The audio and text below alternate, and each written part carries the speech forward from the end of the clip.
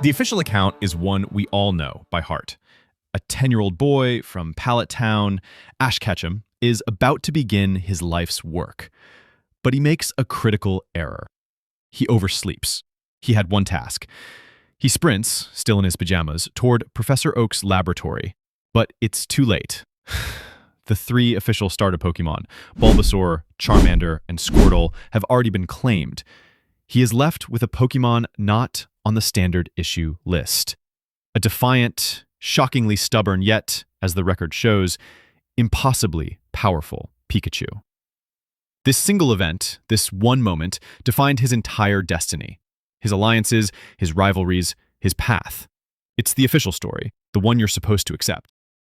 What if that isn't the whole truth? What if a different choice was made at that critical juncture? The partnership between Ash and Pikachu became the stuff of legend, a global phenomenon.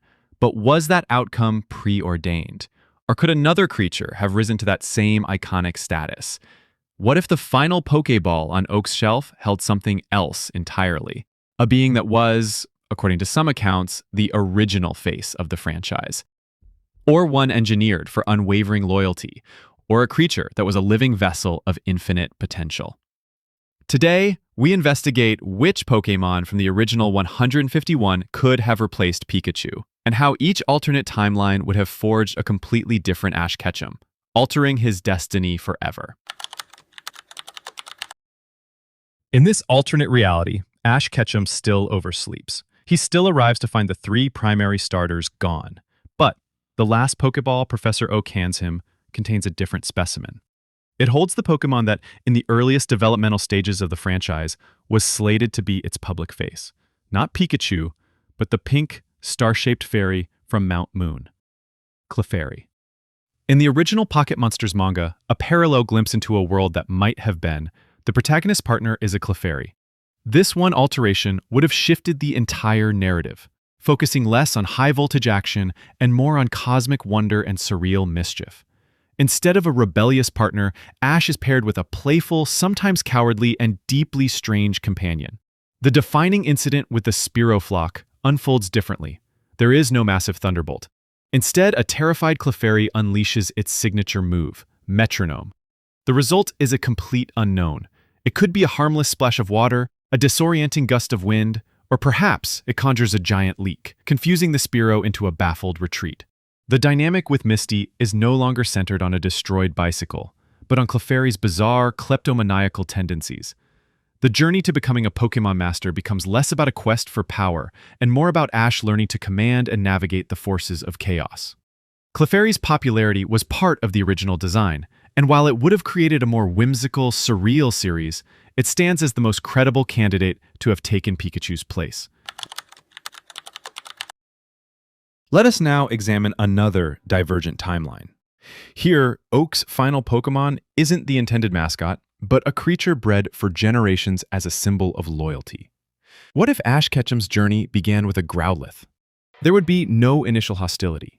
Unlike the stubborn Pikachu, this Growlithe would look up at its new trainer with unconditional trust. Their bond would be instantaneous. No thundershocks, no rubber gloves, no protracted battle of wills. This is the timeless saga of a boy and his dog. The journey begins not with conflict, but with Ash's struggle to become a leader worthy of the devotion he has been so freely given. When the Spearow flock descends, Growlithe wouldn't retaliate with overwhelming force. It would leap in front of Ash, plant its paws, and use Ember not to defeat, but to create a protective wall of fire, shielding its master out of pure instinct. This version of Ash learns the meaning of partnership through devotion, not through desperation.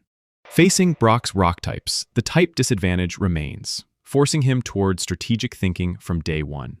He'd have to leverage Growlithe's agility and non-fire attacks like Bite and Roar. This path forges a heartfelt, classic adventure tale built on a foundation of pure canine loyalty. Perhaps the most compelling alternate reality scenario involves Eevee. This Pokémon is a blank slate, a living nexus of possibilities, known for an unstable genetic code that allows it to adapt and evolve into multiple distinct forms. Imagine Ash receiving an Eevee, a Pokémon whose very existence is defined by choice. This single change completely reframes the purpose of Ash's journey. Every significant challenge would trigger a central philosophical question. Should Eevee evolve? When facing Brock's imposing Onix, the temptation to find a Water Stone and evolve Eevee into Vaporeon would be immense. At Lieutenant Surge's gym, a Thunderstone to create a Jolteon might seem like the only logical path to victory. Against a powerful Psychic type, the options of an Umbreon or Espeon would loom.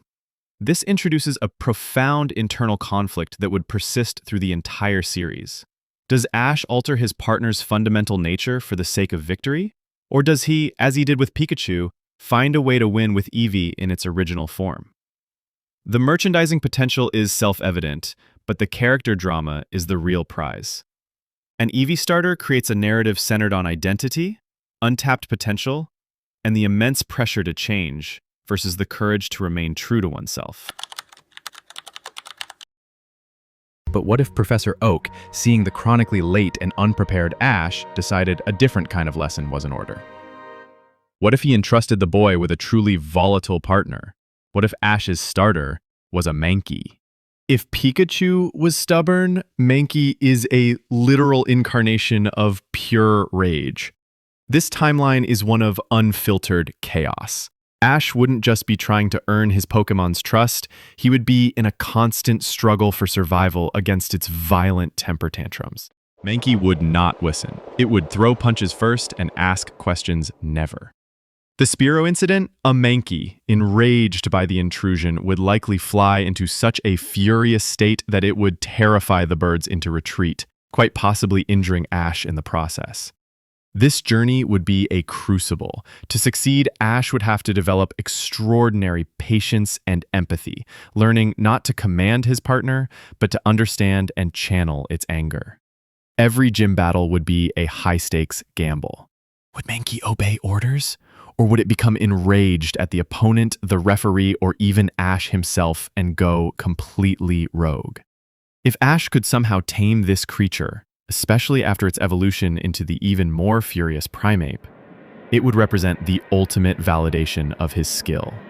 It is a darker, more harrowing path, but one that would force Ash to mature at a rate no other starter could provide. Each of these potential partners would have sent Ash down a radically different timeline, creating a fundamentally different hero. If you find these explorations into what might have been compelling, show your support. Hit the like button and subscribe so you don't miss our next investigation into an alternate reality. So, could Clefairy, Growlithe, Eevee, or Mankey have truly become the global icon that is Pikachu? Each presents a powerful narrative.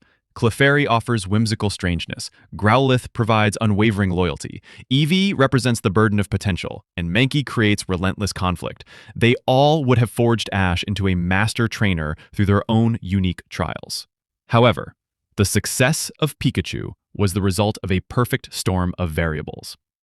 The creature was cute enough for mass appeal, but possessed a rebellious streak that made its friendship with Ash feel earned and triumphant. As an electric type, its attacks were visually spectacular and dynamic, and, most crucially, it remained outside of its Pokeball, transforming it from a simple tool into a main character, always on screen, reacting to the world in real time alongside its human partner. While a loyal Growlithe or a conflicted Eevee would have been fascinating, they may not have occupied that exact miraculous sweet spot. The story of Pikachu was one of a difficult, hard-won friendship that blossomed into an unbreakable bond. That specific underdog narrative of a boy and his defiant electric partner against the world was lightning in a bottle. Starting with a different Pokémon would have splintered Ash's reality, sending him down a different path to a different destiny. A partnership with Clefairy would have made him a master of the unexpected. A bond with Growlithe would have taught him leadership through unwavering loyalty. And Eevee would have forced him to constantly confront the nature of identity.